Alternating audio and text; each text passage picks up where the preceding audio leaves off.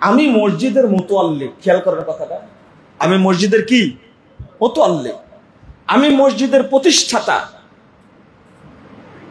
আমি মাজারে 1 টাকা দান করলাম আর মুশরিক হয়ে গেলাম? বুঝেননি কথা? আমি তাহাজ্জুদ পড়ি, আমি মাজারে ফিন্নি দিলাম আর মুশরিক হয়ে গেলাম? মাজার থেকে দেওয়া তবারক খেলাম আর মুশরিক হয়ে গেলাম?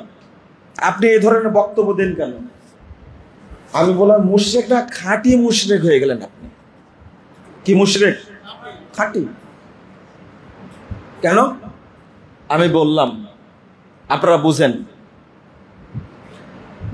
যে আব্দুল মুত্তালেব আল্লাহ রাসূলের দাদা না?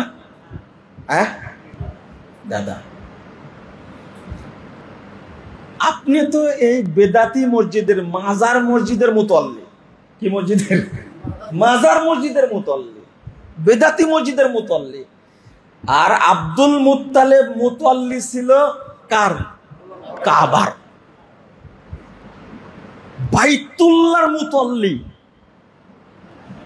শুধু বাইতুল্লাহর মুতাল্লি, প্রতি বছর হজ করতেন, কাবা ঘর তোয়াফ করতেন, সাফা মারওয়া সাই করতেন, কাবা ঘরকে সংরক্ষণ করতেন।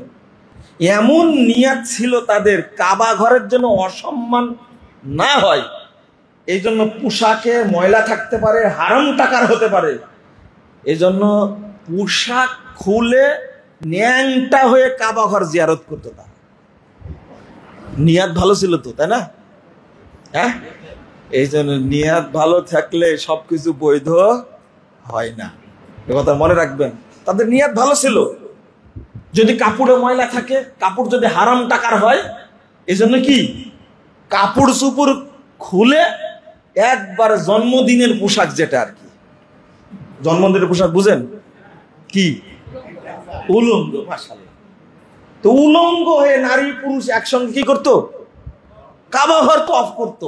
কত ভালো নিয়াত। তাও যেন কাবা ঘরের কি না হয়, অসম্মান না হয়, এই জন্য কত ভক্তি করত। সমস্ত হাজিদের নিজ খরচে আপ্যায়ন করত। সেই আব্দুল মুত্তালেব জান্নাতি না জাহান্নামী? কেন? কাবা ঘরের মুতাল্লি, আল্লাহ ছেড়ে দিয়েছে তাকে। আপনি কিভাবে বিশ্বাস করেন এগুলো? আব্দুল মুত্তালেবের ছেলে কে? আবু তালেব। সে জান্নাতি না জাহান্নামী? জাহান্নামী, তাই না? আল্লাহ ছেড়ে দিয়েছে তাকে।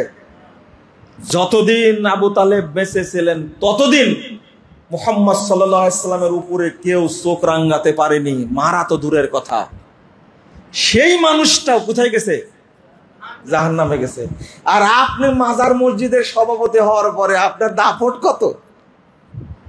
আপনি 40 বার হজ করেন, 40,000 বার হজ করেন, উমরা করেন, তাতে যায় আসে না। আপনি খাঁটি মুশরিক।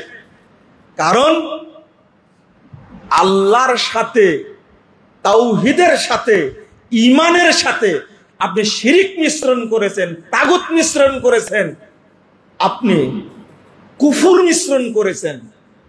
আপনি খাঁটি কাফের হয়ে গেছেন, খাঁটি মুশরিক হয়ে গেছেন। যারা মাজার পূজা করে, কবর পূজা করে, তারা মুসলিম না, তারা কি? কাফের। তারা কি? কাফের। শুধু তাই